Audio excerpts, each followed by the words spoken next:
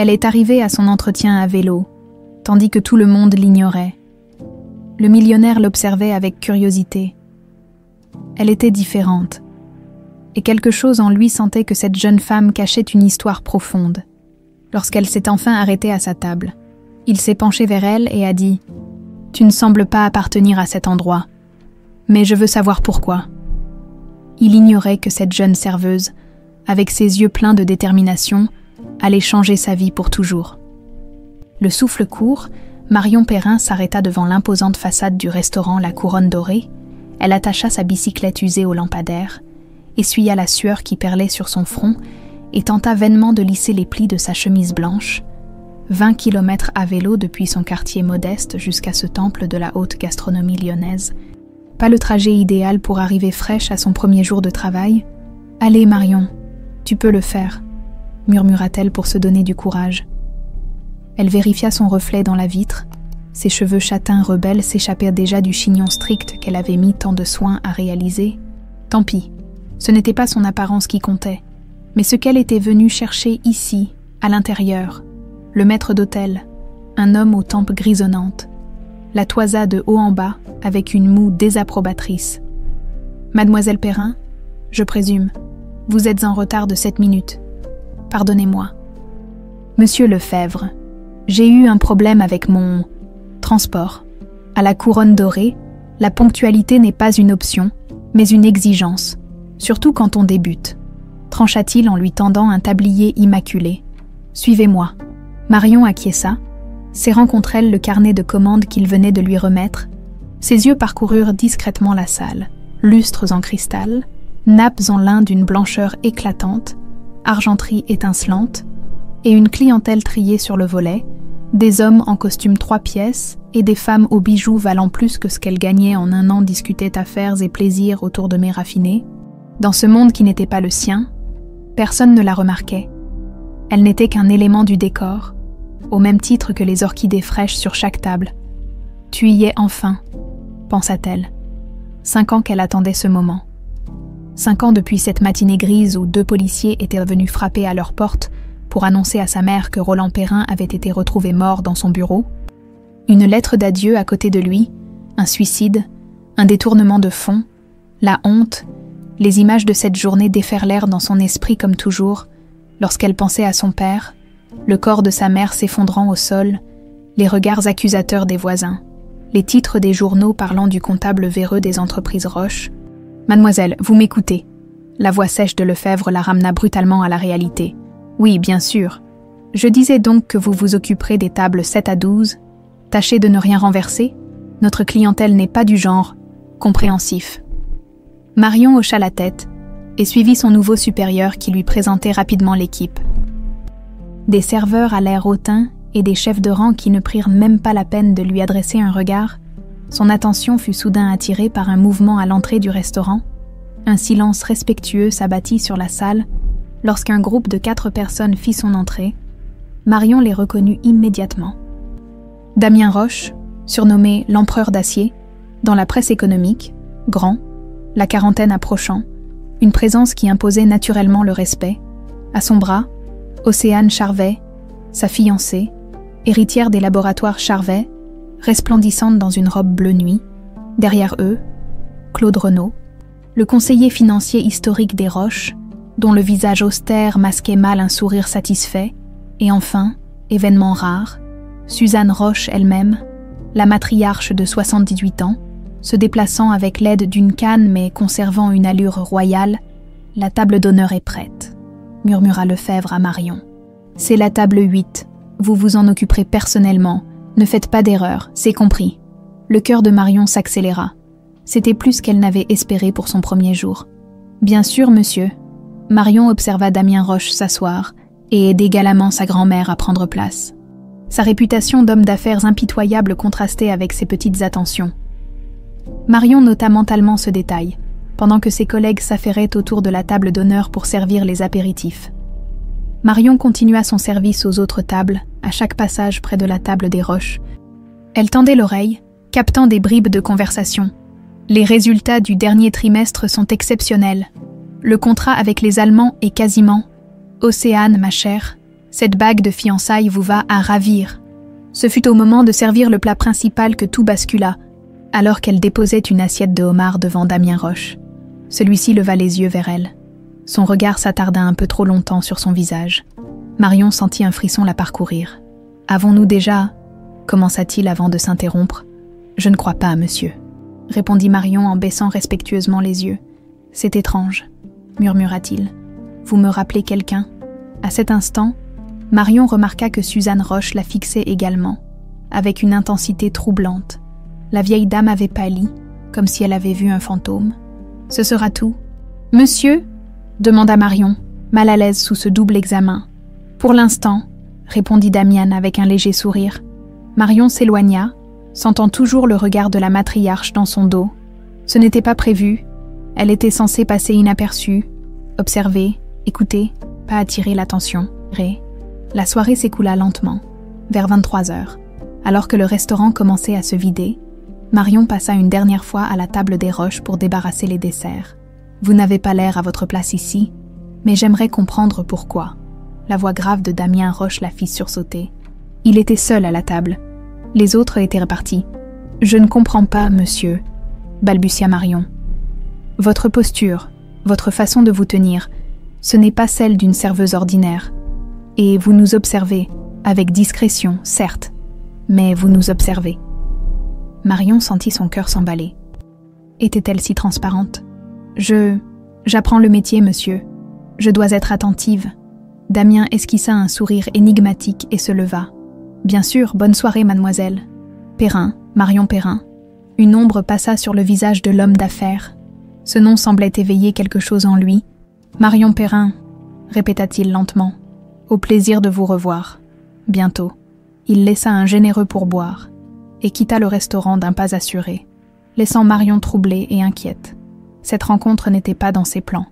S'était-elle déjà trahie ? 2 heures plus tard, après avoir aidé à la fermeture, Marion enfourcha sa bicyclette pour rentrer chez elle. La fraîcheur de la nuit lyonnaise la revigora après la chaleur étouffante du restaurant. Dans son petit appartement sous les toits, elle trouva sa mère endormie sur le canapé, la télévision encore allumée, Claire Perrin, la cinquantaine fatiguée, s'était battue seule depuis la mort de son mari. Marion éteignit silencieusement l'écran et couvrit sa mère d'un plaid. Dans sa chambre, elle sortit de sous son lit une vieille boîte à chaussures. À l'intérieur, soigneusement rangée, des documents, des photos, des notes manuscrites. Le trésor que son père lui avait laissé sans le savoir. « Premier jour réussi, papa », murmura-t-elle en caressant la photo de Roland Perrin. « Je suis entrée dans leur monde, et je découvrirai la vérité. Je te le promets. » Elle ne savait pas encore que la vérité serait bien plus complexe et douloureuse que tout ce qu'elle avait pu imaginer. Le petit appartement baignait dans la lumière douce du matin, lorsque Marion ouvrit les yeux. Après une courte nuit, elle se sentait pourtant étrangement énergique. Sa première journée à la couronne dorée avait dépassé ses espérances. Non seulement elle s'était introduite dans le cercle des Roches, mais elle avait aussi attiré l'attention de Damien lui-même. Un parfum de café frais flottait dans l'air. Sa mère était déjà debout, comme toujours. « Alors, ce premier service ?» demanda Claire en lui tendant une tasse fumante. Marion choisit ses mots avec précaution. Depuis 5 ans, elle n'avait jamais révélé à sa mère l'étendue de son enquête sur la mort de son père. Éreintant, mais intéressant. « Tu n'es pas obligée de faire ça, tu sais. Avec ton diplôme de comptabilité, tu pourrais trouver mieux qu'un job de serveuse. » Marion sourit doucement. Si seulement sa mère savait que ce n'était pas un simple emploi. Mais la pièce maîtresse d'un plan qu'elle peaufinait depuis des années, j'aimais raison. Et puis, les pourboires sont bons, Claire soupira, résignée. Je dois filer. J'ai un double service aujourd'hui à la clinique. Ne m'attends pas pour dîner. Une fois seule, Marion sortit son ordinateur portable et ouvrit un fichier protégé par plusieurs mots de passe. L'écran afficha un organigramme complexe des entreprises Roche. Annoté de ses observations et hypothèses, elle y ajouta ses impressions de la veille sur Damien, Suzanne et Claude Renaud. Son regard s'attarda sur une photo de son père, Roland Perrin, comptable en chef des entreprises Roche pendant 20 ans, jusqu'à ce jour fatal où il avait été retrouvé mort dans son bureau. Le rapport de police concluait à un suicide, motivé par la découverte imminente de malversations financières qu'il aurait commises. Une lettre d'adieu, tapée à l'ordinateur, avouait tout. Du flan, tout ça, marmonna Marion en avalant une gorgée de café. Elle se rappelait parfaitement ce jour où, en rangeant les affaires de son père, elle avait découvert par hasard un panneau coulissant dans le fond de sa vieille armoire. À l'intérieur, une clé USB et des documents soigneusement classés. Roland Perrin, cet homme méticuleux, avait constitué un dossier sur des irrégularités qu'il avait repérées dans les comptes de l'entreprise.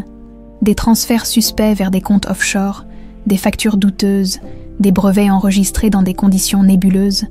Marion avait alors pris une décision qui allait changer sa vie, comprendre ce qui s'était réellement passé.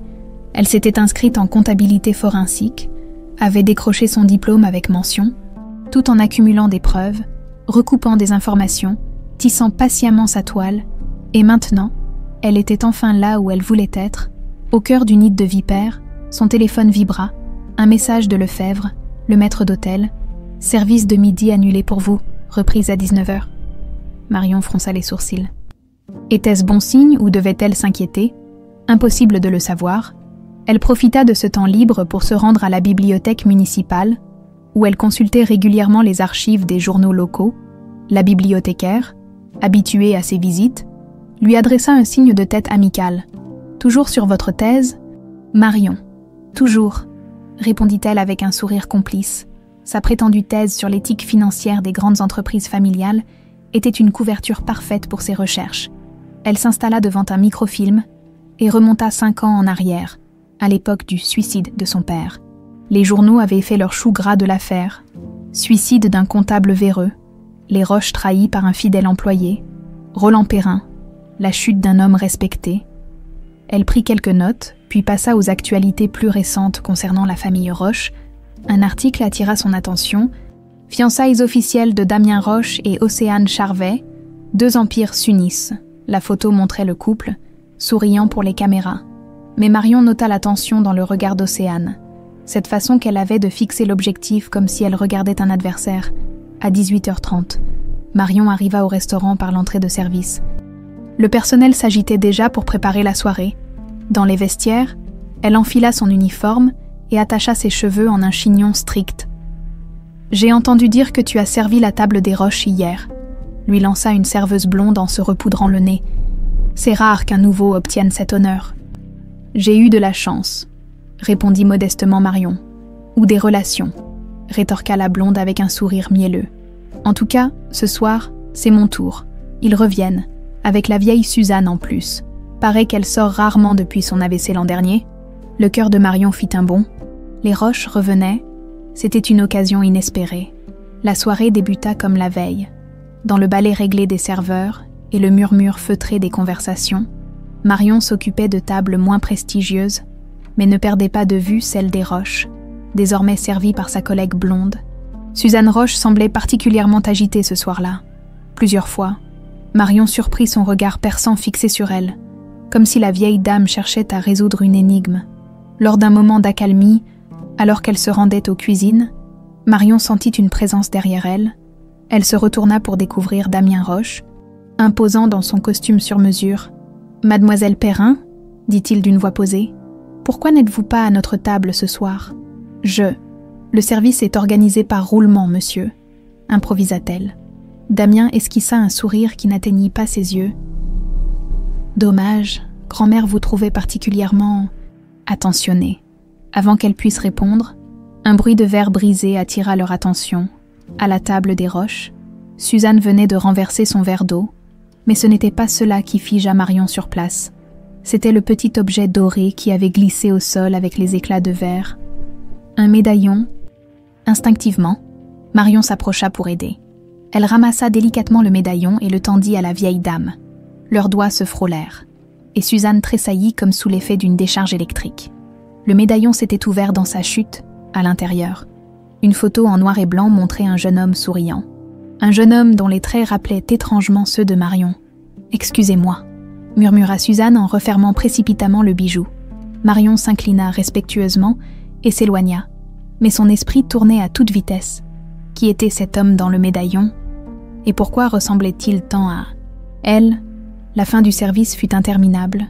Marion sentait constamment sur elle le regard de Suzanne, maintenant mêlé de quelque chose qui ressemblait à de la peur.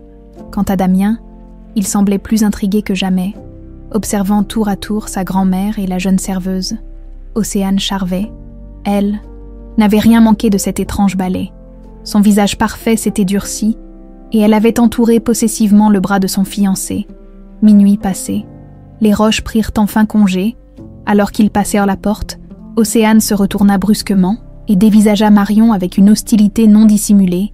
2 heures plus tard, après avoir nettoyé et rangé, Marion rentrait chez elle, l'esprit en ébullition. L'image du jeune homme dans le médaillon ne quittait pas ses pensées. Dans la pénombre de sa chambre, elle sortit à nouveau la boîte contenant les documents de son père. Au fond, sous une liasse de papier, se trouvait un vieil album photo que sa mère lui avait donné après la mort de Roland. Elle n'y avait jamais prêté grande attention, considérant qu'il s'agissait de souvenirs familiaux sans importance pour son enquête. Cette nuit, pourtant, elle le feuilleta avec un intérêt nouveau, scrutant les visages. Cherchant des réponses à des questions qu'elle commençait tout juste à formuler, une photo jaunie attira son attention.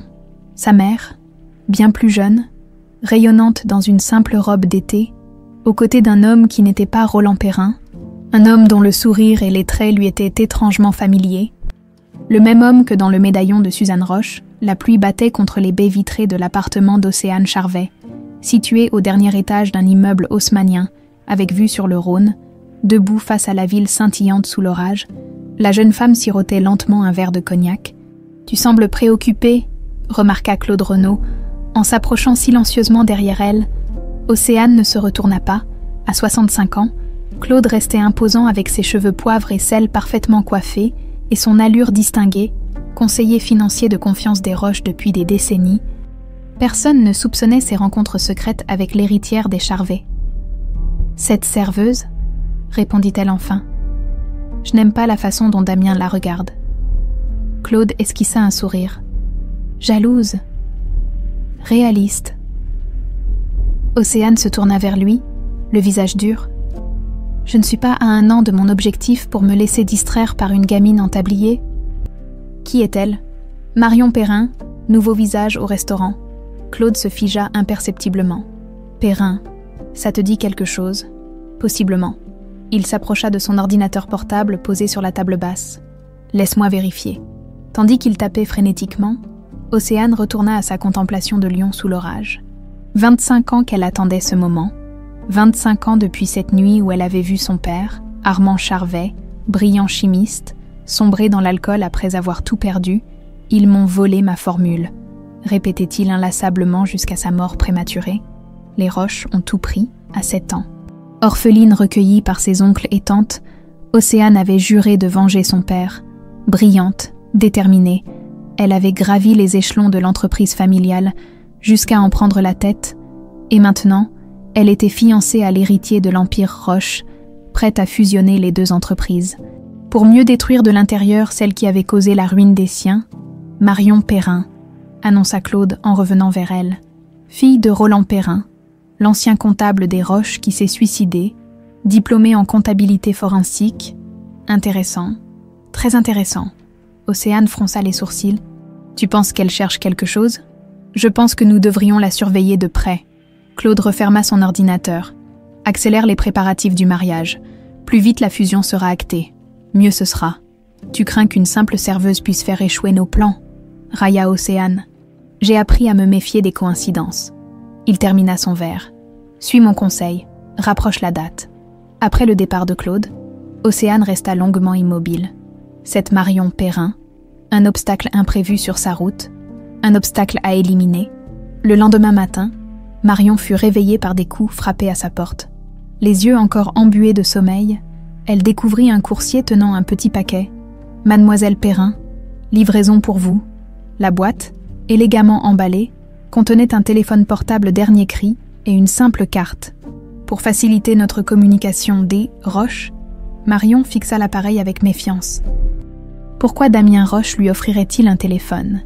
Était-ce un piège ? Une tentative de séduction ? Ou autre chose ? Le téléphone vibra dans sa main.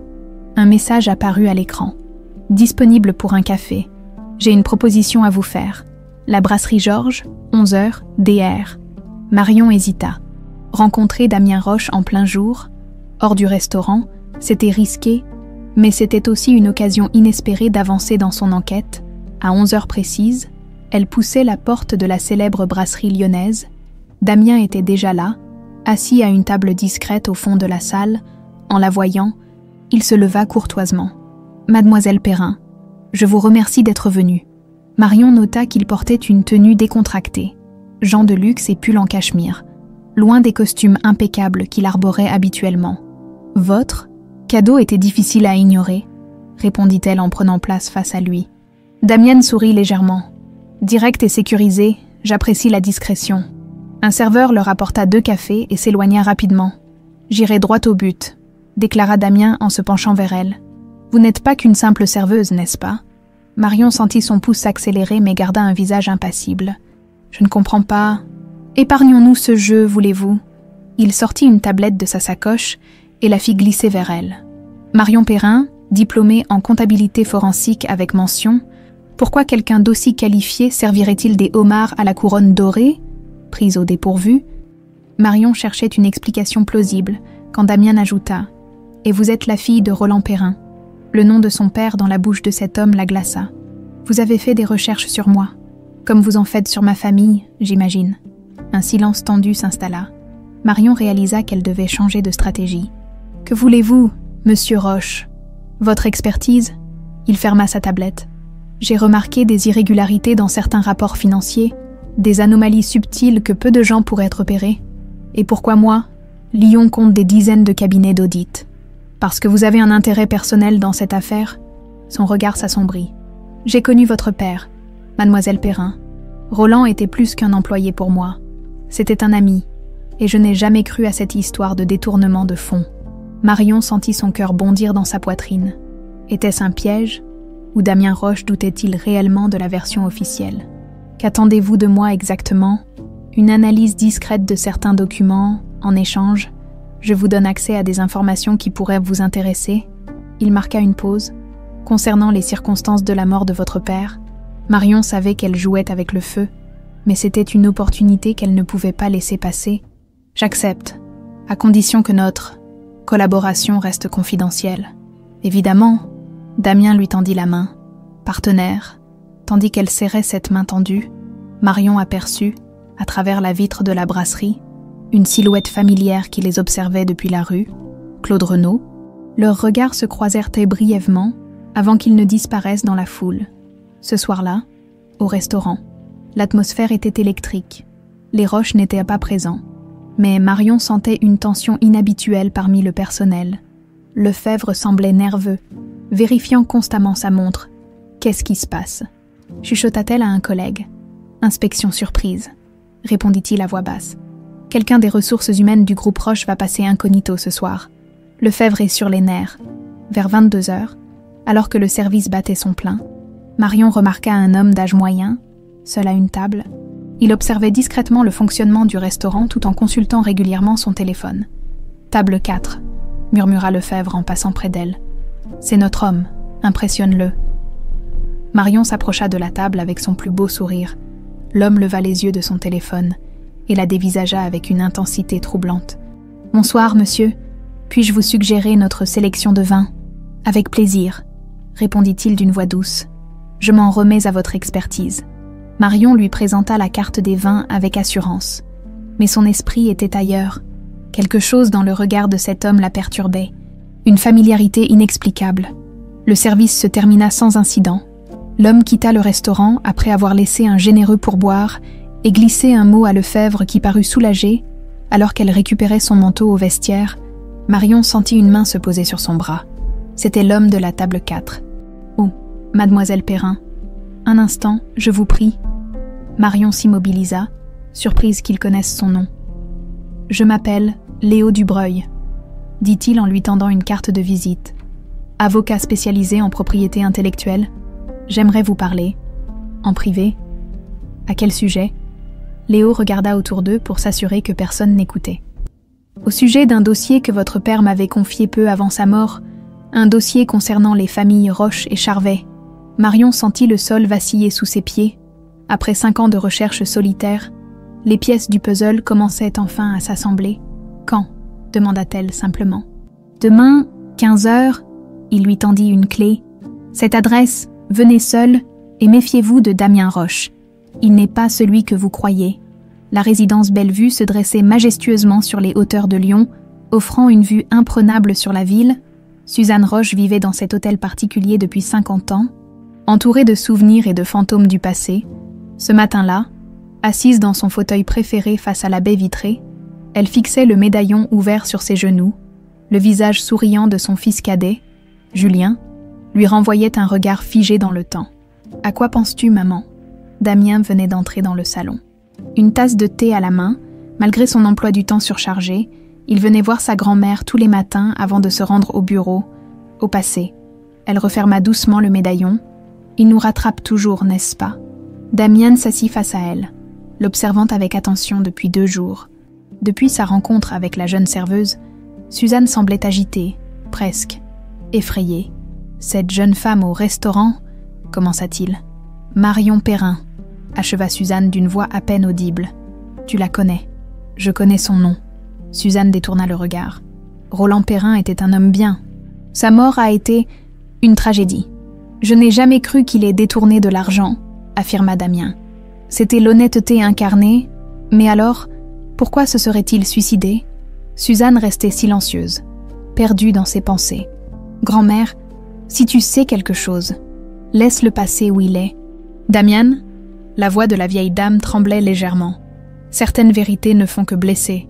Je l'ai rencontrée hier, » avoua-t-il. « Marion Perrin. Elle a accepté de m'aider à examiner certaines anomalies financières que j'ai repérées. » Suzanne se redressa brusquement. « Tu as fait quoi ? Il y a quelque chose qui ne va pas dans nos comptes. Des incohérences subtiles que je n'arrive pas à expliquer. Et tu as demandé l'aide de cette fille. As-tu perdu l'esprit ?» Damien, surpris par la véhémence de sa grand-mère, se pencha vers elle. « Que me caches-tu ? Qui est-elle vraiment ?» Un silence pesant s'installa, rompu par l'arrivée de Claude Renaud. Le conseiller financier avança d'un pas mesuré dans le salon, saluant Suzanne avec déférence. « Pardonnez cette intrusion matinale, madame, mais nous avons une situation urgente qui requiert votre attention. » Suzanne parut soulagée par cette interruption. « Bien sûr, Claude. Damien, nous reprendrons cette conversation plus tard. » Damien quitta la pièce à contre-cœur, non sans jeter un dernier regard inquiet à sa grand-mère. Une fois seule, Suzanne interrogea Claude du regard. « Marion Perrin, » annonça-t-il sans préambule. « Elle représente un problème. Tu l'as vue hier, avec Damien ? Il semblait proche. » Suzanne ferma les yeux un instant. Elle lui ressemble tellement. Justement, la ressemblance est trop frappante pour passer inaperçue longtemps. Et si elle découvre la vérité, que suggères-tu ? Demanda Suzanne, les traits tendus. Claude s'approcha, baissant la voix comme si les murs pouvaient les entendre. « Nous avons enterré ce secret il y a 25 ans. Nous devons nous assurer qu'il reste enterré, pour le bien de tous. » Dans son bureau au sommet de la tour Roche, Damien contemplait la ville qui s'étendait à ses pieds. Les paroles de sa grand-mère résonnaient encore dans son esprit. Quel secret pouvait-elle bien cacher au sujet de Marion Perrin ? Son téléphone vibra. Un message de la jeune femme. « J'ai examiné les documents que vous m'avez transmis. Nous devons parler. Urgent. » Damien fronça les sourcils. Il lui avait envoyé des rapports financiers anodins. Rien qui puisse justifier une telle urgence. « Rendez-vous à mon bureau, 18h, » répondit-il. La journée s'écoula lentement. Damien assista à plusieurs réunions, signa des contrats, mais son esprit revenait sans cesse à cette énigme. Plus troublant encore, il fut assailli par ce cauchemar récurrent qui le hantait depuis la mort de Roland Perrin. Le comptable, assis à son bureau, le visage livide, lui murmurant des mots incompréhensibles avant de s'effondrer, à 18h précises, Marion fut introduite dans son bureau. Elle portait un tailleur sobre qui lui donnait une allure professionnelle bien différente de son uniforme de serveuse. « Merci de me recevoir », dit-elle en prenant place face à lui. « Vos conclusions ?» Marion sortit une tablette de son sac. « J'ai trouvé plusieurs anomalies, des transactions qui semblent anodines au premier regard, mais qui, mises bout à bout, révèlent un schéma préoccupant. » Elle lui montra une série de graphiques et de tableaux qu'elle avait préparés. Pendant les 5 dernières années, des sommes importantes ont été transférées vers cette société écran à Singapour. Le montage est sophistiqué, presque indétectable. Comment l'avez-vous repéré alors ? Mon père m'a appris à chercher les schémas pas les anomalies isolées, c'est l'ensemble qui révèle l'intention. Damian étudia les documents, impressionné par la rigueur de l'analyse. Qui pourrait être derrière ça? Quelqu'un qui connaît parfaitement le fonctionnement interne de l'entreprise? Quelqu'un de confiance, au-dessus de tout soupçon? Leurs regards se croisèrent, la même pensée les traversant simultanément. « Claude Renaud », murmura Damien. La porte s'ouvrit brusquement sur Océane Charvet, surprise de trouver son fiancé en compagnie de la serveuse. Elle s'immobilisa un instant avant de composer un sourire forcé. « Je dérange, peut-être. Mademoiselle Perrin me conseillait sur des questions comptables, » expliqua calmement Damien. « Un héritage de son père. » Le regard d'Océane passa de l'un à l'autre, glacial. Comme c'est, providentiel. Marion se leva, rassemblant ses affaires. « Je devrais y aller. Je suis de service ce soir. »« Bien sûr, » répliqua Océane avec une douceur feinte. « Le homard ne se servira pas tout seul. » N'est-ce pas? Une fois Marion partie, Océane se tourna vers Damien. « À quoi joues-tu exactement? Je pourrais te poser la même question. Tu devais être à Paris aujourd'hui. J'ai écourté mon voyage. » Elle s'approcha, déposant un dossier sur son bureau. « J'ai une surprise pour toi. J'ai avancé la date du mariage. Dans 3 semaines, nous serons mari et femme. » Damien la dévisagea, pris au dépourvu. « C'est... précipité, non. L'amour n'attend pas, » susurra-t-elle en l'embrassant. « Et nos entreprises non plus. Les papiers de la fusion sont prêts. Il ne manque que nos signatures et nos alliances. » Ce soir-là, au restaurant, Marion servait machinalement, son esprit préoccupé par sa rencontre avec Damien et les révélations qu'elle avait faites. Si Claude Renaud était derrière ces détournements, était-il également impliqué dans la mort de son père? Et puis, il y avait ce rendez-vous manqué avec Léo Dubreuil. L'avocat n'était jamais venu à l'adresse indiquée. Marion l'avait attendu 2 heures avant de se résigner à partir. « Table 15, service pour 4 personnes », annonça Lefebvre en passant près d'elle. Marion s'approcha de la table et sentit son cœur manquer un battement. Claude Renaud était là, en compagnie de 3 hommes en costume. Engagés dans une conversation animée, « La fusion sera officialisée après le mariage », disait Claude. « Les laboratoires Charvet seront intégrés à notre structure et nous pourrons enfin... » Il s'interrompit en apercevant Marion. « Bonsoir, messieurs, » dit-elle en s'efforçant de paraître naturelle. « Puis-je vous suggérer nos vins ?» Claude l'observa longuement, un sourire énigmatique aux lèvres. « Mademoiselle Perrin, n'est-ce pas? La fille de Roland. En effet, monsieur. Votre père était un homme, consciencieux, trop parfois. » Le sous-entendu dans sa voix fit frissonner Marion. « Il m'a toujours appris l'importance de la précision, monsieur. J'en suis certain. » Claude se tourna vers ses compagnons. « Messieurs, je vous présente la jeune femme dont je vous parlais, celle qui a récemment attiré l'attention de notre cher Damien. » Les hommes la dévisagèrent avec curiosité, et Marion comprit qu'elle venait d'être explicitement désignée comme une menace. Le reste du service se déroula dans une atmosphère tendue. Marion sentait constamment le regard de Claude sur elle, calculateur, évaluant le danger qu'elle représentait. À la fin de la soirée, épuisée et inquiète, elle s'apprêtait à rentrer chez elle quand elle aperçut une silhouette familière qui l'attendait à l'extérieur du restaurant. Damien Roche, adossé à sa voiture de sport, lui fit signe d'approcher. « Montez », dit-il simplement. « Nous devons parler. » Marion hésita. Pouvait-elle lui faire confiance? Et pourtant, quel choix avait-elle? Elle monta dans la voiture, ignorant le regard indéchiffrable que lui lança Océane Charvet depuis l'autre côté de la rue. Le ciel de Lyon se déchirait sous les éclairs, laissant échapper un déluge qui transformait les rues en rivières impétueuses.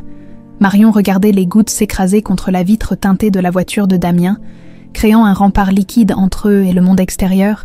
« Où m'emmenez-vous » demanda-t-elle, rompant enfin le silence qui s'était installé depuis leur départ du restaurant. « Aux archives centrales des entreprises Roche », répondit Damien sans quitter la route des yeux. « Après notre conversation de cet après-midi, j'ai fait quelques recherches. Les transferts que vous avez identifiés correspondent à des dates précises. Des dates liées à l'enregistrement de certains brevets. La voiture s'engagea dans le parking souterrain d'un immeuble moderne à la périphérie de Lyon. À cette heure tardive, l'endroit était désert, leurs pas résonnant dans le silence oppressant. Normalement, personne ne vient ici le soir, expliqua Damien en déverrouillant une porte sécurisée. Seuls quelques cadres supérieurs ont l'accès, et Claude, bien sûr. Marion frissonna. Se retrouver seule avec Damien Roche dans un bâtiment isolé était-il vraiment judicieux? Les avertissements de Léo Dubreuil résonnèrent dans son esprit. Méfiez-vous de Damien Roche. Ils pénétrèrent dans une vaste salle aux murs tapissés d'étagères métalliques. L'odeur de papier et de poussière imprégnait l'air. Les archives numériques sont pratiques, commenta Damien en allumant les lumières. Mais Claude a toujours insisté pour conserver des copies physiques de tous nos documents importants. Une habitude d'un autre temps qui pourrait bien nous être utile aujourd'hui. Il se dirigea vers un terminal informatique. Les dossiers sont classés par date et par type. Nous devons chercher les documents liés au brevet Néosynth. C'était une formule pharmaceutique révolutionnaire, développée il y a environ 25 ans. Marion s'approcha d'une étagère, parcourant les étiquettes des dossiers. Pourquoi ce brevet en particulier? C'est le premier succès majeur qui a propulsé notre branche pharmaceutique au sommet. Et aussi, il hésita, c'est le brevet qui a déclenché la guerre avec les Charvet. Armand Charvet prétendait que nous lui avions volé sa formule. Marion se figea. Le père d'Océane. Exactement. Sa société a fait faillite peu après. Il est mort quelques années plus tard, ruiné et alcoolique. Damien examina un dossier. On m'a toujours dit que c'était un homme brillant mais instable, qui n'avait pas supporté son échec. Un violent coup de tonnerre fit trembler les vitres, suivi d'un bref vacillement des lumières. L'orage se rapproche, murmura Marion. Ils travaillèrent en silence pendant près d'1 heure, parcourant méthodiquement les archives. Soudain, Marion s'immobilisa, un document à la main. « Damien, regardez ça. Un rapport d'audit interne, daté d'1 semaine avant la mort de mon père. » Elle lui tendit le document. Les pages jaunies contenaient une analyse détaillée des procédures d'enregistrement des brevets au sein du groupe Roche. Mon père a souligné plusieurs incohérences, des signatures manquantes, des dates modifiées. Elle tourna une page, et ici, une note manuscrite. Vérifier dossier JR et AC, collaboration possible. JR et AC, répéta Damien.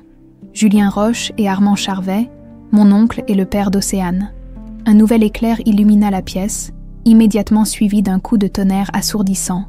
Les lumières s'éteignirent brusquement, plongeant la salle dans l'obscurité. « Génial !» soupira Damien. Le générateur de secours devrait se mettre en marche d'un instant à l'autre. Marion sortit son téléphone pour éclairer les documents qu'elle tenait. « Étrange que votre oncle et Armand Charvet aient pu collaborer. Je croyais que vos familles étaient rivales. »« C'est plus compliqué que ça. » La voix de Damien semblait lointaine dans l'obscurité. Mon oncle Julien était différent, un esprit libre. Il ne s'intéressait pas aux affaires familiales. Il est mort dans un accident de voiture il y a environ 25 ans. Les faibles lumières de secours s'allumèrent enfin. Baignant la pièce d'une lueur bleutée, Damien se tenait près d'une fenêtre, observant l'orage qui se déchaînait au dehors. « Nous devrions continuer », suggéra Marion, mal à l'aise dans cette atmosphère fantomatique. Ils reprirent leurs recherches, méthodiquement, passant en revue des dizaines de dossiers. Marion sentait qu'ils approchèrent de quelque chose d'important, une vérité enfouie depuis des années. « J'ai trouvé !» s'exclama soudain Damien. « Le dossier original du brevet Néosynth. » Il étala les documents sur une table. C'est étrange. La demande initiale mentionne 2 inventeurs, Julien Roche et Armand Charvet, mais le brevet final n'a été attribué qu'aux entreprises Roche. Comment est-ce possible? Je l'ignore. Il faudrait voir les documents de... Un bruit de porte les fit sursauter. Des pas résonnaient dans le couloir, se rapprochant inexorablement. Personne ne devrait être ici. Chuchota Damien en rassemblant précipitamment les documents. Cachez-vous. Marion se glissa entre 2 étagères. Le cœur battant, à travers les rayonnages, elle aperçut la porte s'ouvrir. Claude Renaud entra, suivi d'une silhouette féminine que Marion reconnut avec stupeur. Sa mère, Claire Perrin. « Je te répète que c'est inutile, » disait Claude. « Tous les documents importants sont en sécurité. »« Tu ne comprends pas, » répliqua Claire, la voix tendue. « Elle est intelligente, comme son père, si elle trouve les preuves. »« Il n'y a pas de preuves, » coupa sèchement Claude. « J'ai tout nettoyé après la mort de Roland. Crois-moi, personne ne saura jamais ce qui s'est réellement passé. » Marion retint son souffle, abasourdie. Sa mère connaissait Claude Renaud. Et que voulait-elle dire par « comme son père » ? Parlait-elle de Roland ou de quelqu'un d'autre ? Elle travaille avec Damien maintenant, poursuivit Claire. S'ils unissent leurs forces, Damien ne sait rien, affirma Claude avec assurance. Et ça va continuer ainsi, dans 3 semaines, il épousera Océane, les entreprises fusionneront et tout sera définitivement enterré. Il s'approcha d'une armoire métallique et l'ouvrit avec une clé spéciale. Les originaux sont ici après le mariage, ils disparaîtront pour de bon. Marion vit sa mère s'approcher des documents, les larmes aux yeux. Tout ça pourquoi, Claude? De l'argent, du pouvoir. Ne fais pas l'innocente, répliqua-t-il durement. Tu as accepté l'arrangement à l'époque. Tu as pris l'argent. Claire détourna le regard. J'étais jeune, désespérée, avec un bébé à charge. Un bruit de métal renversé résonna soudain dans la salle. Damien venait de heurter une étagère, révélant sa présence. Claude se retourna vivement. Qui est là? Damien sortit de sa cachette, le visage impassible. Bonsoir Claude, Madame Perrin. Réunion tardive. Claude se détendit légèrement. Damien, que fais-tu ici à cette heure? J'allais te poser la même question. Damien s'avança calmement, surtout en compagnie de la mère de notre nouvelle, consultante. Marion, toujours dissimulée, observait la scène déchirée entre l'envie d'intervenir et la nécessité de rester cachée pour en apprendre davantage. Claire Perrin semblait pétrifiée, son regard passant de Claude à Damien. Je devrais partir. Pas si vite, intervint Damien. J'aimerais comprendre ce qui se passe ici. Quels sont ces documents que vous tenez tant à protéger, Claude? Et quel rapport avec le père de Mademoiselle Perrin? Claude sourit froidement. Tu poses trop de questions, Damien. Comme ton oncle à l'époque, comme Roland plus tard, ça ne leur a pas porté chance. Ces mots, prononcés comme une menace à peine voilée, firent frémir Marion. Elle devait intervenir maintenant, avant que la situation ne dégénère. Sortant de sa cachette, elle s'avança dans la lumière bleutée. « Bonsoir, maman. Quelle surprise de te trouver ici. » Le visage de Claire se décomposa.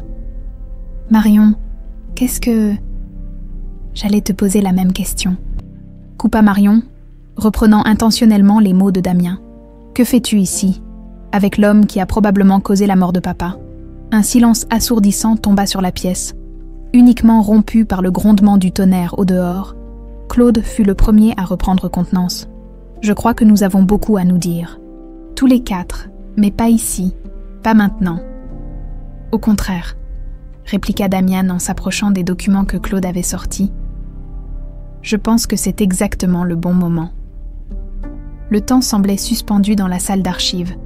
L'orage grondait toujours au dehors, comme un écho à la tempête émotionnelle qui se préparait entre ces 4 personnes. « Marion, tu dois partir immédiatement, » ordonna Claire, la voix tremblante. « Certainement pas, » répliqua sa fille, pas avant d'avoir obtenu des réponses. Claude s'interposa entre Damien et les documents, un sourire forcé aux lèvres. « Écoutez, nous sommes tous fatigués. Cette discussion peut attendre demain, dans un cadre plus approprié. » « Qu'est-ce que vous essayez de cacher, Claude ?» insista Damien. « Ces transferts d'argent, ces brevets modifiés, était-ce vous depuis le début ?» Le visage du conseiller financier se durcit. « Tu ne comprends pas ce qui est en jeu, Damien. Certaines vérités feraient non plus de mal que de bien. À ta famille, à ta grand-mère. » « Ma grand-mère ?» Damien parut décontenancé. Quel rapport avec Suzanne? Un éclair illumina la pièce à travers les fenêtres, éclairant le visage tourmenté de Claire Perrin. Elle regarda sa fille, puis Damien, et sembla prendre une décision. « Ça suffit, » murmura-t-elle. « Je ne peux plus continuer à vivre dans le mensonge. »« Claire, ne fais pas ça, » avertit Claude, sa voix soudain menaçante. Mais Claire l'ignora, s'avançant vers sa fille. « Marion, il y a des choses que je ne t'ai jamais dites, des choses sur ton père. Roland était un homme bien. » Coupa Marion, les larmes aux yeux. « Quoi que vous essayiez de me faire croire, je sais qu'il n'a jamais volé cet argent. Je ne parle pas de Roland, » dit doucement Claire. « Je parle de ton père biologique. » Le monde de Marion vacilla. « Quoi? Roland t'a adopté quand tu avais quelques mois. Il t'a aimé comme sa propre fille. Toujours. Mais il n'était pas... » Claire chercha ses mots. « Il n'était pas ton père biologique. » Un silence pesant s'abattit sur la pièce. Marion sentit le sol se dérober sous ses pieds. Dans son esprit, les pièces du puzzle s'assemblaient. Le médaillon de Suzanne. La photo dans l'album familial, ses regards étranges. « Qui ?» articula-t-elle difficilement. « Qui était mon père ?» Claire jeta un regard à Damien, puis à Claude, qui secouait la tête en signe d'avertissement. « Julien Roche », répondit-elle enfin. Ton père biologique était Julien Roche, le frère cadet du père de Damien. La révélation frappa Damien comme un coup de poing. Mon oncle. Il regarda Marion avec une stupeur nouvelle. Mais nous sommes cousins, oui, confirma Claire. Julien et moi nous sommes rencontrés quand je travaillais comme secrétaire pour les entreprises Roche. C'était un amour impossible, lui, l'héritier d'une des plus grandes fortunes de France. Moi, simple employé, mais il n'était pas comme les autres Roche. Il se moquait des conventions, de l'argent, du statut social. Elle sourit tristement au souvenir. Nous avons vécu notre histoire en secret. Quand je suis tombée enceinte, Julien était fou de joie. Il voulait tout quitter pour moi, pour nous. Il avait prévu que nous partions ensemble, loin de Lyon, pour construire notre propre vie. Son visage s'assombrit. Mais 2 jours avant notre départ, il a eu cet accident de voiture. Un accident, répéta Damien. Incrédule, on m'a toujours dit qu'il conduisait trop vite, comme d'habitude. Claude s'éclaircit la gorge. C'est ce que tout le monde devait croire. Marion se tourna vers lui. Ce n'était pas un accident. Claude resta silencieux, mais son regard en disait long. J'étais dévastée, poursuivit Claire. Seule, enceinte, sans ressources. C'est là que Roland est entré dans ma vie. Il travaillait déjà pour les Roches. Il m'a soutenue, m'a offert son amitié puis son amour. Nous nous sommes mariés avant ta naissance. Il t'a reconnue comme sa fille. Marion s'appuya contre une étagère. L'esprit en ébullition. Suzanne était au courant?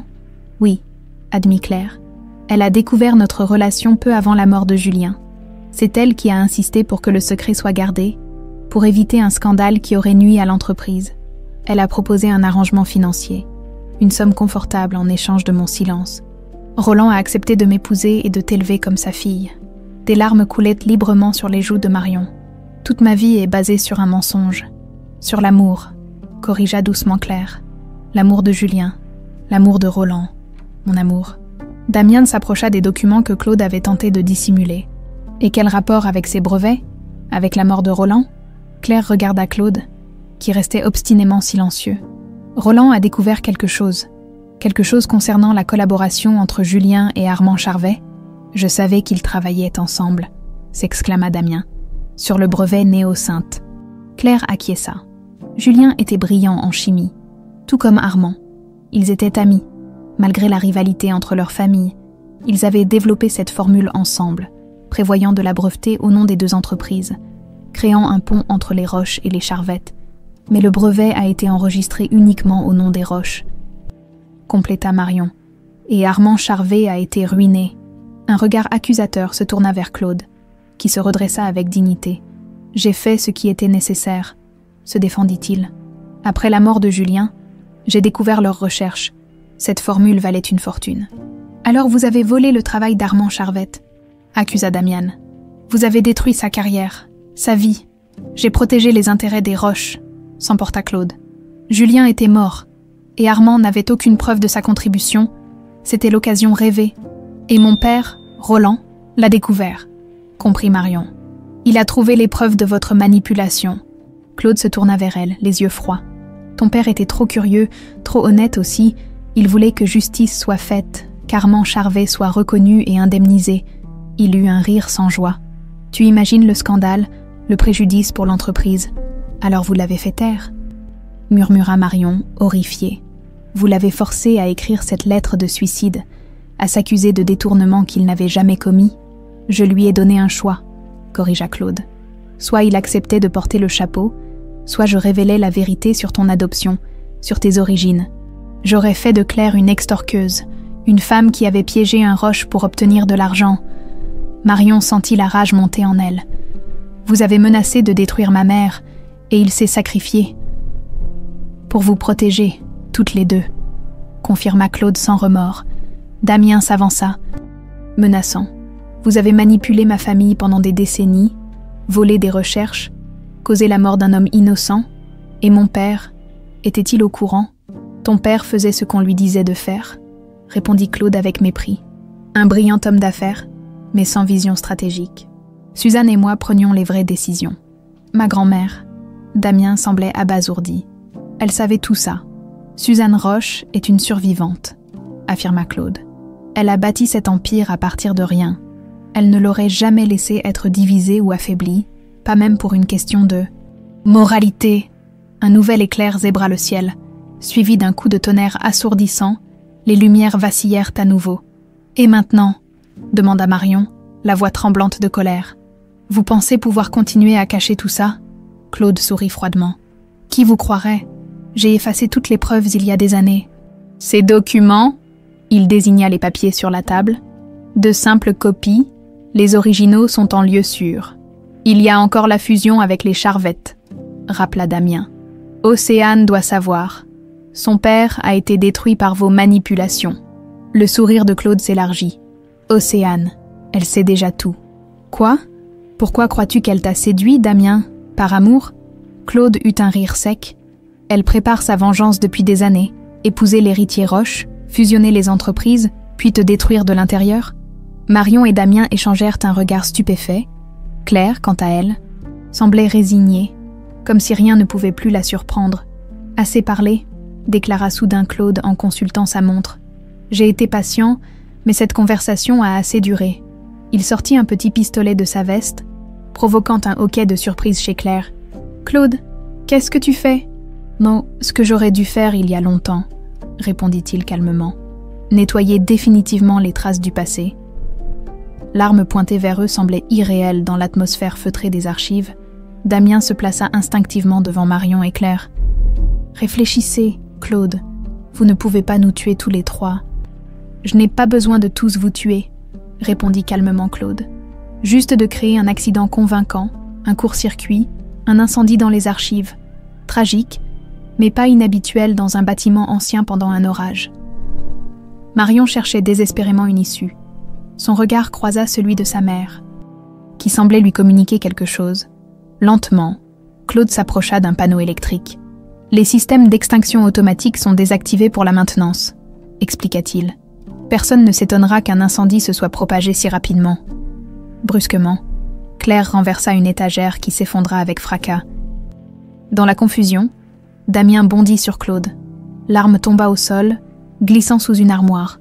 Marion en profita pour saisir autant de documents qu'elle pouvait, avant de tirer sa mère vers la sortie. « Damien, vite !» cria-t-elle. Un coup sourd retentit. Damien trébucha en arrière, une main pressée contre sa tempe où le sang commençait à couler. Claude avait saisi un lourd presse-papier et l'avait frappé. « Partez !» ordonna Damien en se redressant péniblement.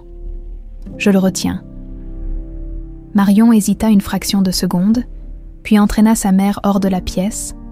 Elles coururent dans le couloir, le bruit de la lutte résonnant derrière elles, à l'extérieur. La tempête faisait rage, transformant le parking en lac miniature. « Ma voiture est là-bas », indiqua Claire, en pointant une petite Clio garée à l'extrémité. Elle venait d'atteindre le véhicule, quand des phares les aveuglèrent. Une Mercedes noire s'arrêta à leur hauteur, la vitre s'abaissant pour révéler le visage de Suzanne Roche. « Montez, vite !» ordonna la vieille dame. Marion hésita, mais sa mère la poussa vers la voiture. « Fais-lui confiance. » Elles s'engouffrèrent à l'arrière, trempées et haletantes. Suzanne se tourna vers elle, son visage ridé marqué par l'inquiétude. « Où est Damien ?»« Avec Claude, » répondit Marion. Serrant contre elle les documents sauvés, il nous a menacés avec une arme. Damien est resté pour le retenir. Suzanne blêmit. Elle donna un ordre sec au chauffeur qui démarra en trombe. « Appelez la sécurité », ordonna-t-elle en tendant son téléphone à Claire. « Code rouge aux archives. » Marion observait cette femme qu'elle avait toujours considérée comme une étrangère. Une ennemie, sa grand-mère biologique. L'idée semblait surréaliste. « Vous saviez que j'étais au restaurant ?» affirma-t-elle soudain. « Vous m'avez reconnue immédiatement. » Suzanne acquiesça lentement. « Tu ressembles tellement à Julien, ses yeux, son sourire. J'ai cru voir un fantôme. Et vous avez décidé de m'ignorer pendant 25 ans. J'ai fait ce que je pensais être juste à l'époque, » se défendit Suzanne. « Protéger l'entreprise, la famille, en abandonnant votre propre petite fille. » La voix de Marion tremblait de colère. Claire posa une main apaisante sur le bras de sa fille. « Marion, ce n'est pas le moment. Au contraire, » intervint Suzanne. « C'est exactement le moment pour la vérité. Toute la vérité. » La Mercedes filait dans la nuit orageuse, s'éloignant du centre-ville. « Claude a dépassé toutes les limites, » poursuivit Suzanne. « J'ai fermé les yeux sur beaucoup de choses au fil des ans, mais jamais je n'aurais imaginé qu'il irait jusqu'au meurtre. » Vraiment ?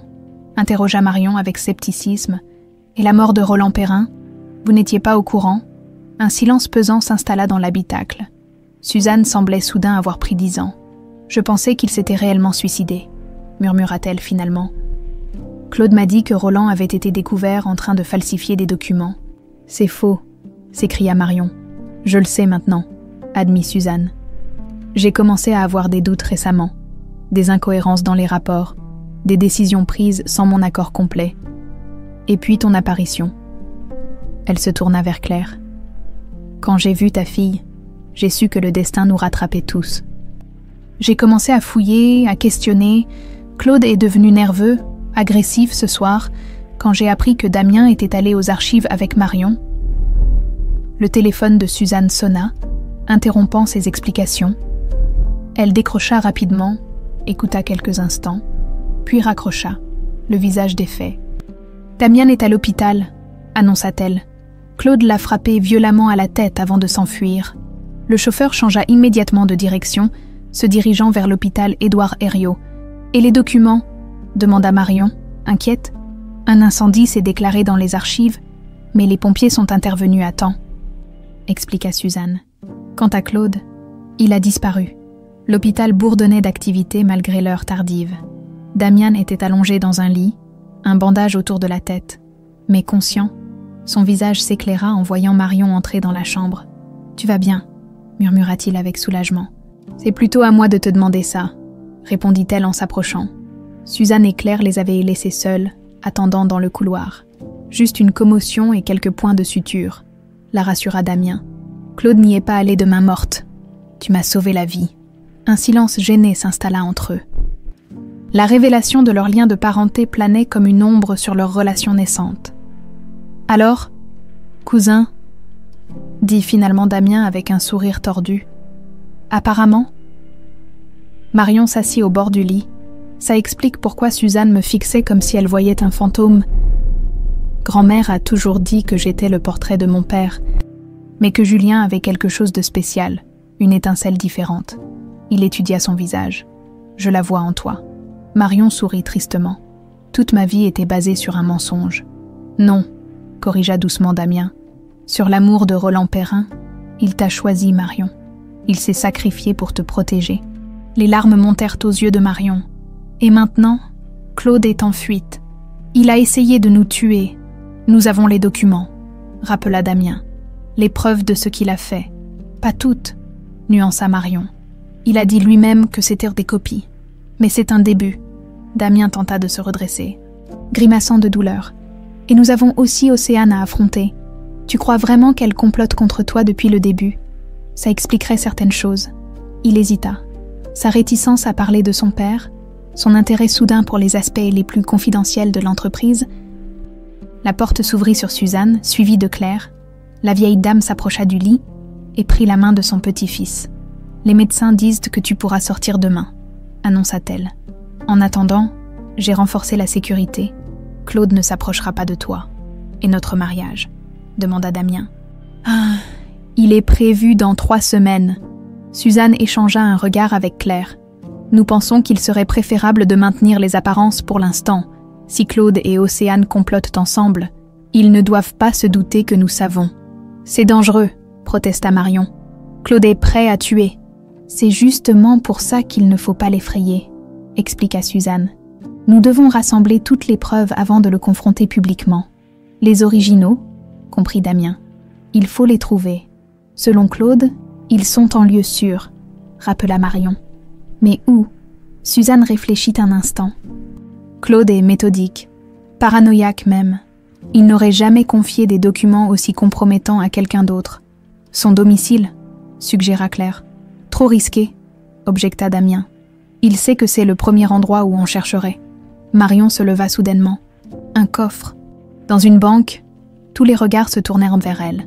Mon père, Roland, m'a dit un jour que les véritables secrets d'une entreprise ne se trouvent jamais dans ses locaux, mais dans les coffres anonymes des banques privées.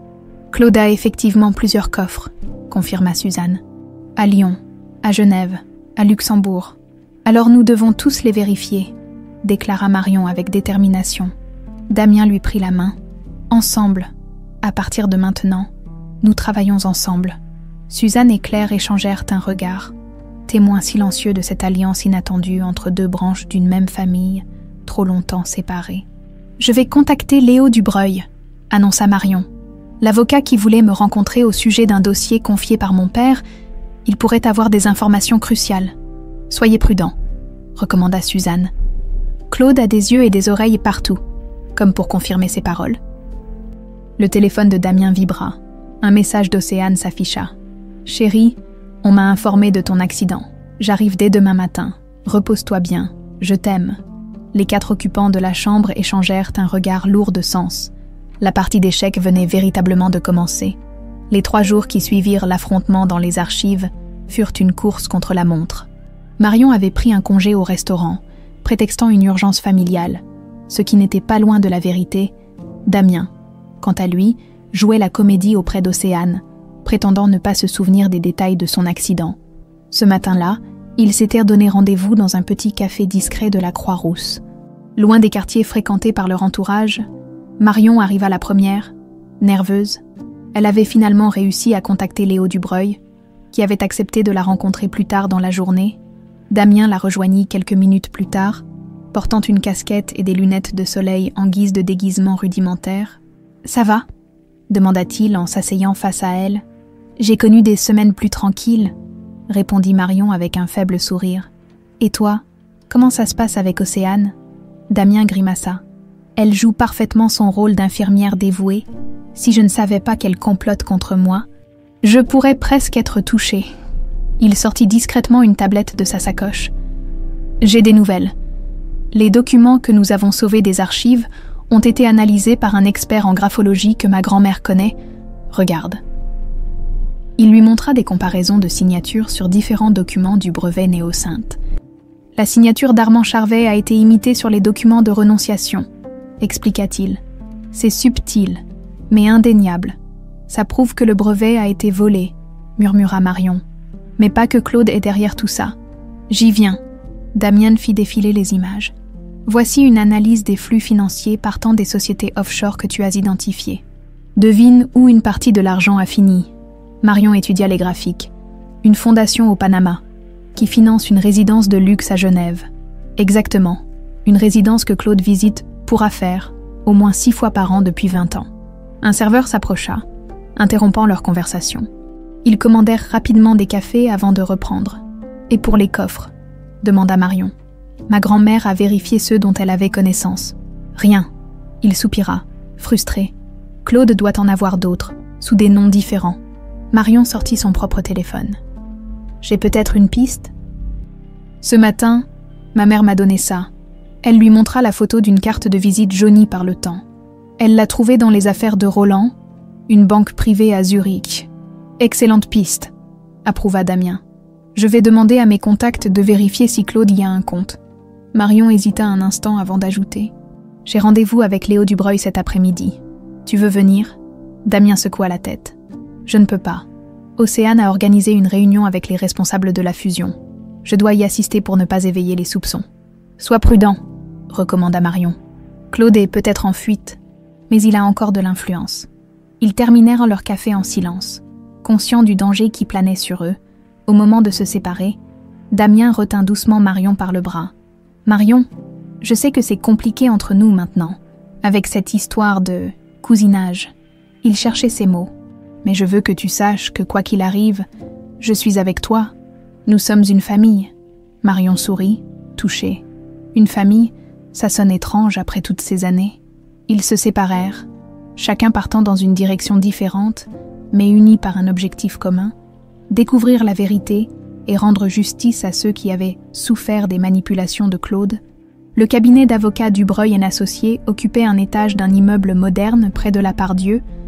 Marion fut accueillie par une réceptionniste qui la conduisit directement dans le bureau de Léo Dubreuil. L'avocat, élégant dans son costume sur mesure, se leva pour l'accueillir. « Mademoiselle Perrin, merci d'être venue. C'est plutôt moi qui devrais vous remercier, » répondit Marion en s'asseyant. « Vous aviez raison au sujet de Damien Roche, d'ailleurs. Il n'était pas celui que je croyais. Pas exactement celui que vous croyiez, nuança Léo, mais j'avoue avoir été méfiant à son égard. Son nom est trop lié à cette affaire. Il ouvrit un tiroir sécurisé de son bureau et en sortit une épaisse enveloppe. « Voici pourquoi je voulais vous voir. Votre père m'a confié ceci une semaine avant sa mort. Il m'a fait promettre de vous le remettre si quelque chose lui arrivait, mais seulement quand vous seriez prête. » Prête?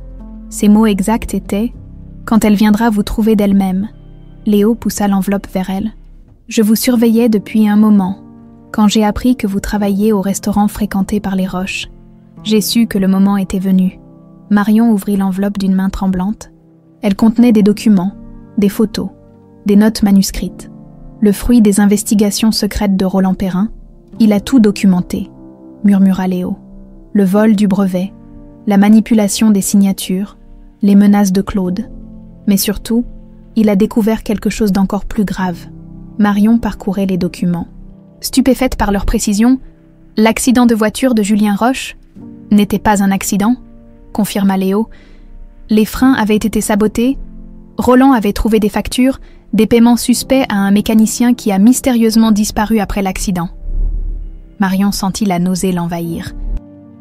Claude a tué mon père biologique, avec presque certainement la complicité de quelqu'un d'autre, précisa Léo. Roland n'a jamais pu déterminer qui, mais il soupçonnait quelqu'un de proche des Roches. Suzanne. La possibilité était terrifiante. Léo haussa les épaules. Peut-être, ou quelqu'un d'autre. Ce qu'il faut comprendre, c'est que le vol du brevet n'était qu'une partie d'un plan bien plus vaste. Claude avait besoin de contrôler l'entreprise Roche, et Julien représentait un obstacle. Comment ça? Julien voulait s'associer avec Armand Charvet, créer un pont entre les deux familles rivales. Leur brevet commun n'était que le début. Ils envisageaient une fusion complète des départements recherche, ce qui aurait considérablement réduit l'influence de Claude. Marion comprenait maintenant l'ampleur de la machination. Et quand mon père, Roland, a découvert tout ça, Claude l'a forcé à se taire définitivement. Léo soupira. Mais Roland était prévoyant, il a créé ce dossier, m'en a confié une copie et en a caché une autre. Où? C'est là que ça devient intéressant. Léo sortit une clé USB de l'enveloppe. Roland a laissé un message crypté. J'ai essayé de le déchiffrer sans succès. Peut-être que vous... Marion prit la clé, troublée. Je vais essayer. Son téléphone vibra soudain. Un message de Damien. Urgence. Océane a annulé la réunion. Elle est partie précipitamment après un appel. Je la fais suivre. Retrouve-moi chez ma grand-mère dès que possible. Je dois y aller, annonça-t-elle en rassemblant les documents. Merci infiniment, maître Dubreuil. Une dernière chose, l'arrêta Léo. Roland m'a aussi confié ceci. Il a dit que c'était pour vous, quand vous seriez prête à connaître toute la vérité. Il lui tendit une petite boîte. À l'intérieur, Marion découvrit un médaillon identique à celui que portait Suzanne, mais plus petit, plus délicat.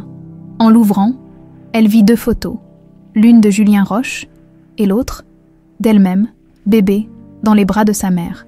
Il l'avait fait faire en secret, expliqua Léo, pour que vous ayez toujours un lien avec votre père biologique. Les larmes aux yeux, Marion mit le médaillon autour de son cou et quitta le bureau. Le dossier serré contre elle, la résidence Bellevue était en effervescence quand Marion y arriva. Des gardes de sécurité patrouillaient dans le jardin et Damien l'attendait nerveusement dans le hall. « Que se passe-t-il » demanda-t-elle en le rejoignant. « Océane a reçu un appel qui l'a bouleversée, » expliqua-t-il. Elle est partie immédiatement, sans explication. Mon homme de sécurité l'a suivie jusqu'à un hôtel près de l'aéroport. Claude, probablement. Damien la guida vers le salon, où Suzanne et Claire les attendaient. Mais ce n'est pas tout. La banque de Zurich dont tu m'as parlé. Claude y a bien un coffre, sous un nom d'emprunt. Marion posa le dossier sur la table basse. J'ai les documents de mon père. Roland avait tout découvert, y compris. Elle hésita, regardant Suzanne. Y compris le fait que l'accident de Julien était un sabotage. Un silence lourd tomba sur la pièce. Suzanne pâlit visiblement. « Je n'ai jamais su », murmura-t-elle. « Je vous le jure, Claude m'a dit que Julien conduisait trop vite, comme d'habitude. J'ai cru. Nous verrons ça plus tard, » interrompit Damien. « Pour l'instant, nous devons nous concentrer sur Claude et Océane. Ils préparent quelque chose. » Marion sortit la clé USB. Roland a laissé un message crypté qui pourrait nous aider à trouver l'autre copie du dossier. Elle connecta la clé à l'ordinateur portable de Damien. Un fichier apparut à l'écran, contenant une série de chiffres et de lettres apparemment sans signification, un code, suggéra Claire en s'approchant. Marion l'étudia attentivement, puis sourit soudain.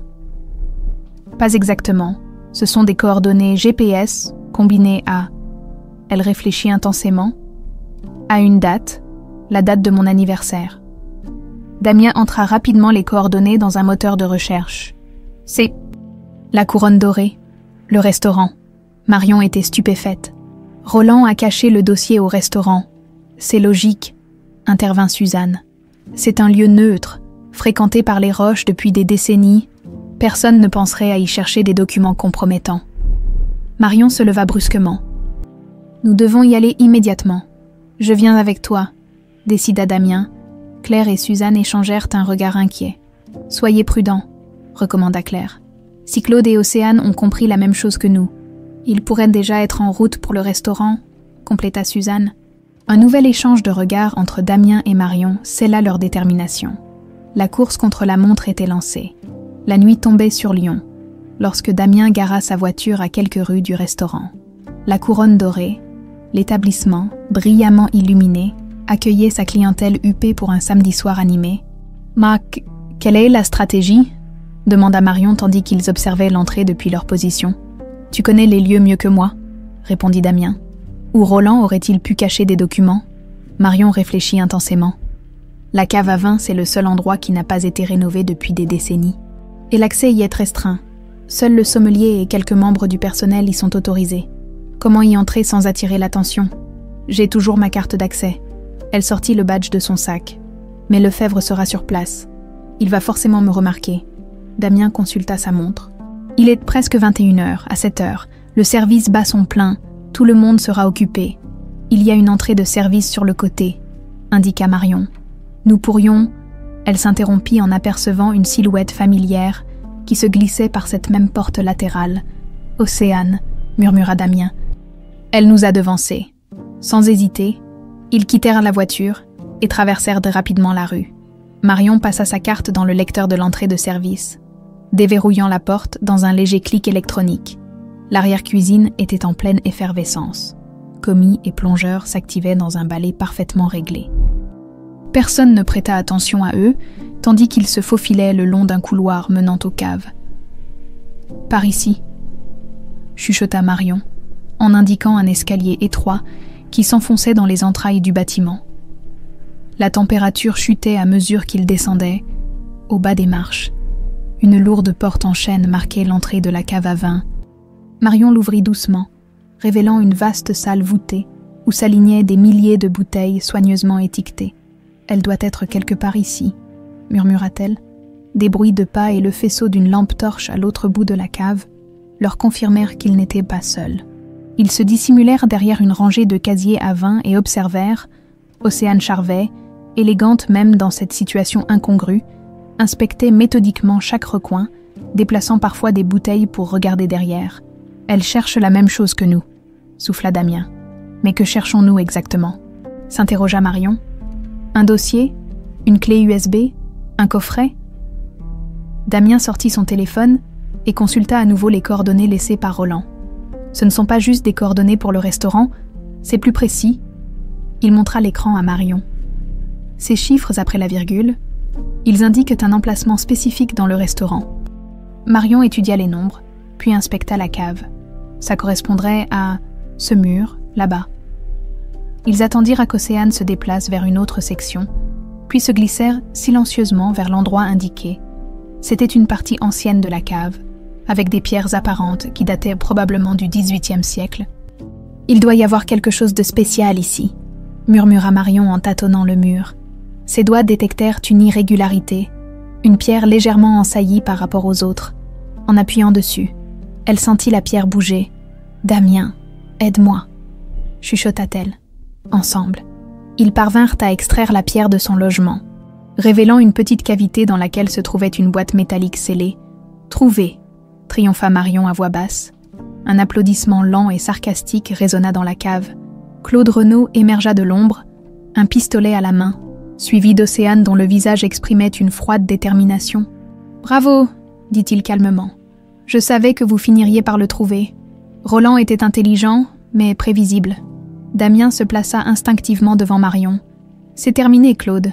Nous avons déjà les preuves de vos crimes. »« Pas toutes, » répliqua Claude en désignant la boîte. « Les preuves les plus accablantes sont là-dedans. Et elles vont disparaître, tout comme vous. » Océane s'avança, son regard allant de Damien à Marion. « Alors c'est vrai ?» demanda-t-elle. « Tout ce que Claude m'a raconté, le vol du brevet de mon père, sa ruine orchestrée par les Roches. »« Pas par les Roches, » corrigea Marion. « Par Claude, lui seul. » Elle fit un pas vers Océane. « Ton père et Julien Roche, mon père biologique, travaillaient ensemble. Ils voulaient unir leurs entreprises, pas les dresser l'une contre l'autre. C'est Claude qui a tout manipulé pour son propre profit. » Un doute traversa le regard d'Océane. « Mon père disait toujours que c'était les Roches qui l'avaient trahi. »« Il pensait que c'était eux, » intervint Damien. « Claude a fait en sorte que tout accuse ma famille. Mais regarde les preuves, Océane. La vérité est là, dans cette boîte. » Claude ricana. « Assez de bavardage. Donnez-moi cette boîte. »« Pour que vous la détruisiez ?»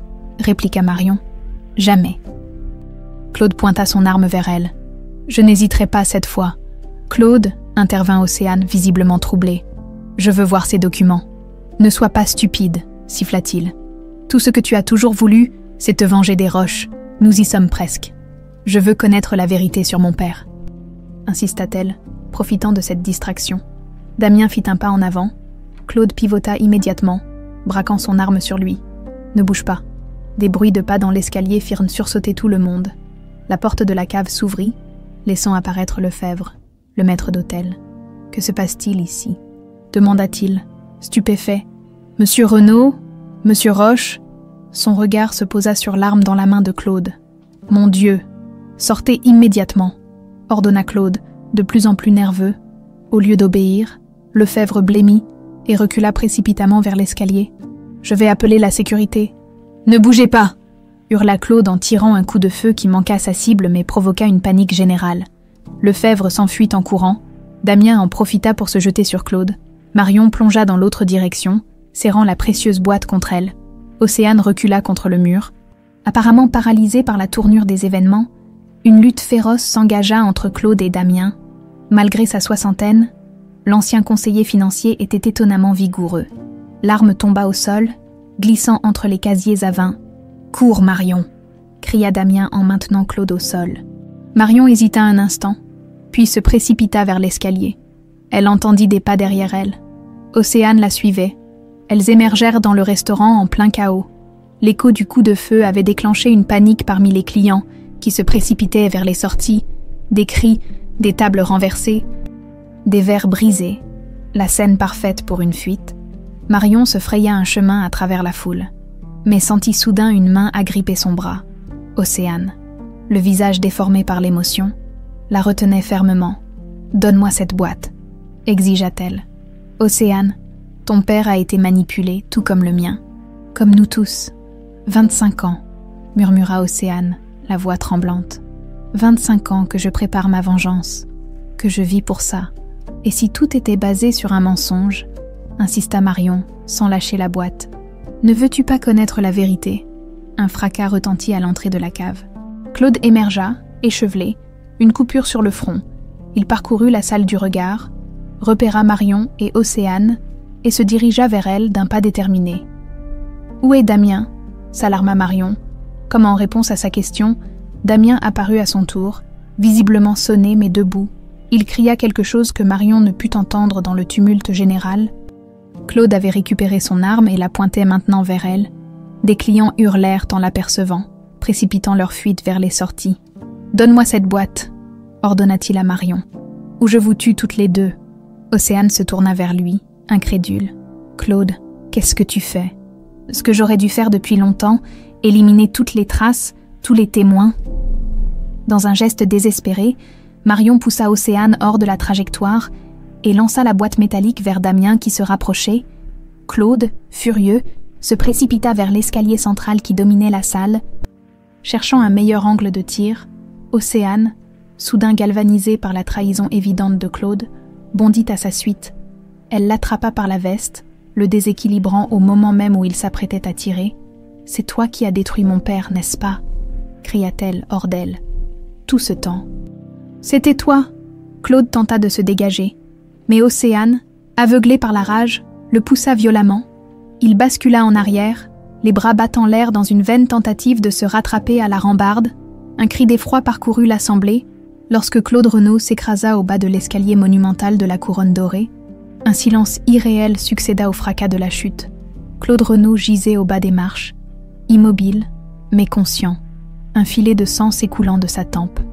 Les derniers clients s'étaient figés dans leur fuite, témoins involontaires d'un drame dont ils ignoraient tout. Océane, pâle comme un fantôme, s'agrippait à la rambarde, contemplant avec horreur ce qu'elle venait de faire. Marion et Damien se précipitèrent vers le corps étendu, tandis que des sirènes retentissaient au loin. Quelqu'un avait appelé les secours. « Il respire encore », constata Damien en s'agenouillant près de Claude. Le vieil homme entr'ouvrit les yeux. Son regard allant de Damien à Marion, ses lèvres bougèrent faiblement. « Trop tard », murmura-t-il. « Vous ne pouvez plus. Rien prouver. » Marion tenait fermement la boîte métallique contre elle. « Vous vous trompez, Claude. Nous avons les preuves. Toutes les preuves. C'est fini. » Les portes du restaurant s'ouvrirent avec fracas. Laissant entrer plusieurs policiers, suivis des ambulanciers, Océane descendit lentement l'escalier, comme dans un rêve, et s'approcha de Claude. « Pourquoi ?» demanda-t-elle simplement. « Pourquoi avoir détruit mon père ?» Claude eut un rire étranglé qui se transforma en toux douloureuse. Le pouvoir. « Ma chère, et l'argent, Julien et ton père voulaient tout changer, tout bouleverser. Je ne pouvais pas les laisser faire. » Un ambulancier écarta Océane pour s'occuper du blessé. « Il faut l'emmener à l'hôpital immédiatement. » Tandis qu'on installait Claude sur une civière, il saisit soudain le bras de Marion. « Ta mère savait plus qu'elle ne l'a dit. Demande-lui. Pour la voiture. » Ses yeux se révulsèrent un instant, mais il se reprit. « J'ai fait ce que je devais faire pour l'entreprise. Pour vous-même, » corrigea Damien avec mépris. Les ambulanciers emportèrent Claude vers la sortie. Un inspecteur de police s'approcha du petit groupe. « J'aurai besoin de vos dépositions. Que s'est-il passé exactement ?»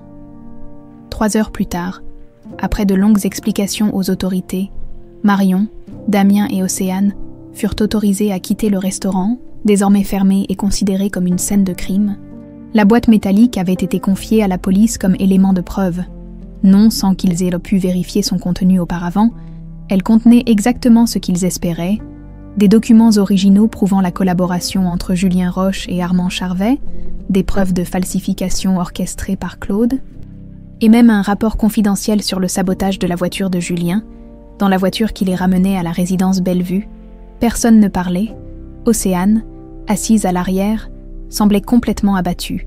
Toute sa vie, toute sa quête de vengeance, reposait sur un mensonge. « Qu'advient-il de Claude ?»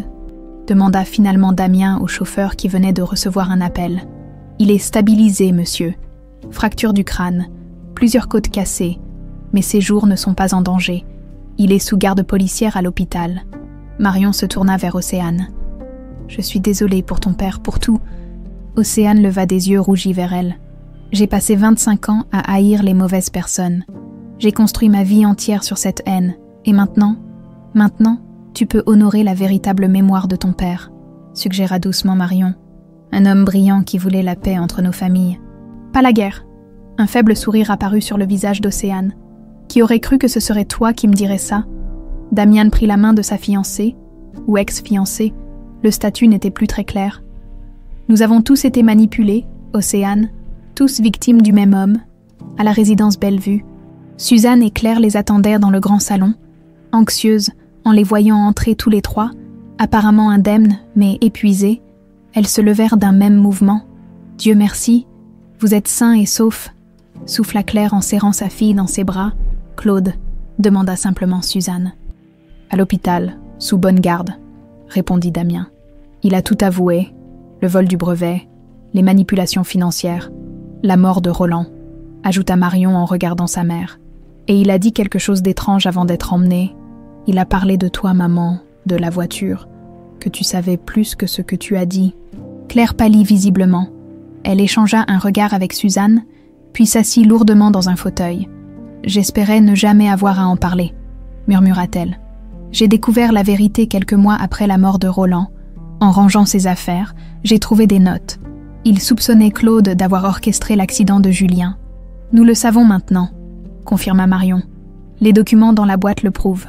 Ce que vous ne savez pas, poursuivit Claire, c'est que j'ai confronté Claude à ce sujet. Il a nié, bien sûr, mais j'ai vu dans ses yeux que c'était vrai. Elle prit une profonde inspiration. Je l'ai menacé de tout révéler. C'est alors qu'il m'a mise au pied du mur. Soit je gardais le silence, soit il s'arrangerait pour que tu perdes tout, Marion, ton avenir, ta réputation, tes études. Tu as accepté de te taire, comprit Marion, sans jugement dans la voix. Pour te protéger, confirma Claire, comme Roland l'avait fait avant moi. Suzanne s'approcha d'Océane qui était restée en retrait. Ma chère enfant, je suis profondément désolée pour ce que votre famille a enduré, si j'avais su. Vous ne saviez pas, demanda Océane, incrédule. Vraiment. Je savais pour la rivalité concernant le brevet, bien sûr, mais j'ignorais l'ampleur des manipulations de Claude. Suzanne soupira. J'ai fait confiance à la mauvaise personne pendant trop longtemps. J'ai fermé les yeux sur certaines méthodes au nom du bien de l'entreprise. C'est une faute que je porterai toujours. Un silence pesant s'installa dans la pièce. Tant de vies brisées, tant d'années perdues à cause des machinations d'un seul homme. Que faisons-nous maintenant ? Demanda finalement Damien. 6 mois plus tard, le restaurant La Couronne Dorée, entièrement rénové, accueillait une foule élégante pour son inauguration sous une nouvelle identité. Le siège de la fondation Perrin-Roche-Charvet, sur l'estrade installée dans la salle principale, Damien Roche prononçait un discours d'ouverture. Cette fondation est née d'une tragédie, mais aussi d'une réconciliation. Son objectif est de protéger les petits inventeurs et leurs propriétés intellectuelles, d'encourager la collaboration plutôt que la compétition. C'est ainsi que nous honorerons la mémoire de Roland Perrin. Julien Roche et Armand Charvet, 3 hommes qui, chacun à leur manière, croyaient en un monde plus juste et plus transparent. Les applaudissements résonnèrent dans la salle. Parmi les invités, Suzanne Roche, dans son fauteuil roulant, essuyait discrètement une larme. À ses côtés, Claire souriait avec fierté. Océane Charvet, qui avait renoncé au mariage mais pas à sa collaboration avec Damien, dirigeait maintenant le département recherche et développement de la nouvelle entité fusionnée Roche-Charvet, réalisant ainsi le rêve originel de son père et de Julien. Quant à Claude Renaud, il avait été condamné à une longue peine de prison pour ses multiples crimes, y compris le meurtre de Roland Perrin et la complicité dans celui de Julien Roche. À la fin de la cérémonie, Marion arriva à vélo, comme à son habitude. Cette bicyclette, autrefois symbole de sa condition modeste, était devenue celui de sa persévérance. Elle avait refusé tout poste officiel dans l'entreprise familiale, préférant se consacrer à la fondation tout en poursuivant ses études en droit. Damien vint à sa rencontre. « Tu es en retard. Certaines habitudes ont la vie dure, » plaisanta-t-elle. Ils entrèrent ensemble dans le bâtiment, désormais transformé en un lieu de rencontre et d'innovation pour jeunes entrepreneurs. « Marion, je te présente Léo Dubreuil », annonça Damien en l'introduisant auprès d'un homme en costume. « Il sera le conseiller juridique principal de la fondation. »« Nous nous sommes déjà rencontrés ?» sourit Léo en serrant la main de Marion. Leurs regards se croisèrent plus longuement que nécessaire. Marion sentit une chaleur inattendue l'envahir. À cet instant, elle comprit que sa vie prenait véritablement un nouveau départ. Sur la terrasse du bâtiment, Claire et Suzanne observaient à la scène. La vieille dame sortit de sa poche le médaillon contenant la photo de son fils Julien et le tendit à Claire. « Il aurait dû être là, » murmura-t-elle. « Il est là, » répondit doucement Claire, à travers Marion, à travers tout ce que nous avons accompli. En contrebas, Marion et Léo s'éloignaient ensemble vers le jardin du restaurant, sous le regard bienveillant de Damien. Ce qui avait commencé comme une quête de vengeance s'achevait en une promesse de guérison et d'avenir. Parfois, songea Claire en observant sa fille, il faut perdre un amour pour trouver un but plus grand. Et parfois, ce but mène à un nouveau départ, libre du poids du passé,